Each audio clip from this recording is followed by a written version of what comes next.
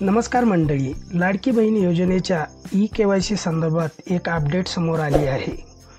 काय आहे ही अपडेट जाणून घेऊया आजच्या व्हिडिओमधून। व्हिडिओला शेवटपर्यंत बघा।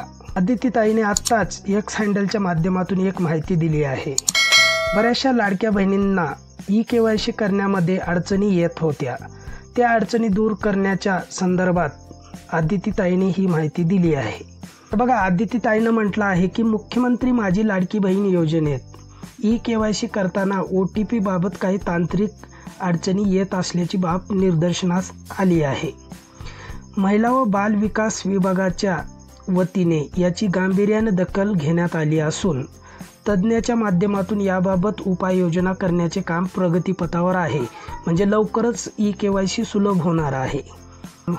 महिला व बाल विकास मंत्री आदितीताई तटकरे यांनी हे एक्स हँडलच्या माध्यमातून त्यांनी ही माहिती दिलेली आहे।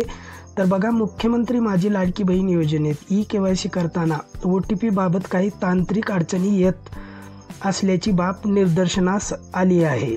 महिला व बाल विकास विभागाच्या वतीने याची गांभीर्याने दखल घेण्यात आली असून तज्ज्ञाच्या माध्यमातून याबाबत उपाययोजना करण्याचे काम प्रगतीपथावर आहे।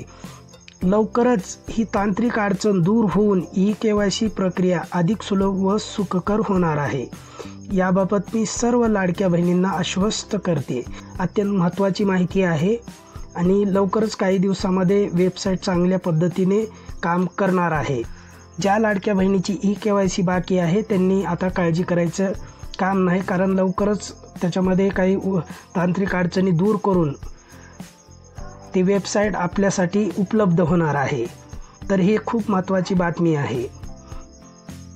आपणाला ई-केवायसी करण्यासाठी एक चांगल्या पद्धतीने आपणाला ई-केवायसी करता येणार आहे। आणि कारण काही अडचणी येत होत्या, बऱ्याचशा लाडक्या बहिणी आम्हाला कमेंट्समध्ये पण सांगत आहेत की सर आम्हाला OTPचे येत नाही, प्रॉब्लेम इरर येतोय, कुणाला बरेचसे काही असे इरर येत आहेत।